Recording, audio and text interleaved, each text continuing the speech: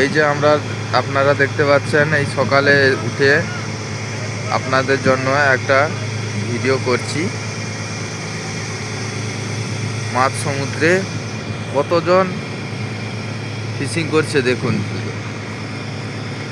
আরও অন্যান্য বডিরা আছেন ওদিকে,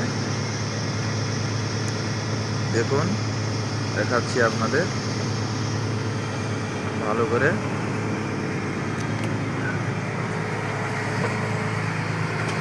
আরও এক্সক্লুসিভ ভিডিও আপনাদের দেখাবো। দেখতে পাচ্ছেন, দেখতে থাকুন।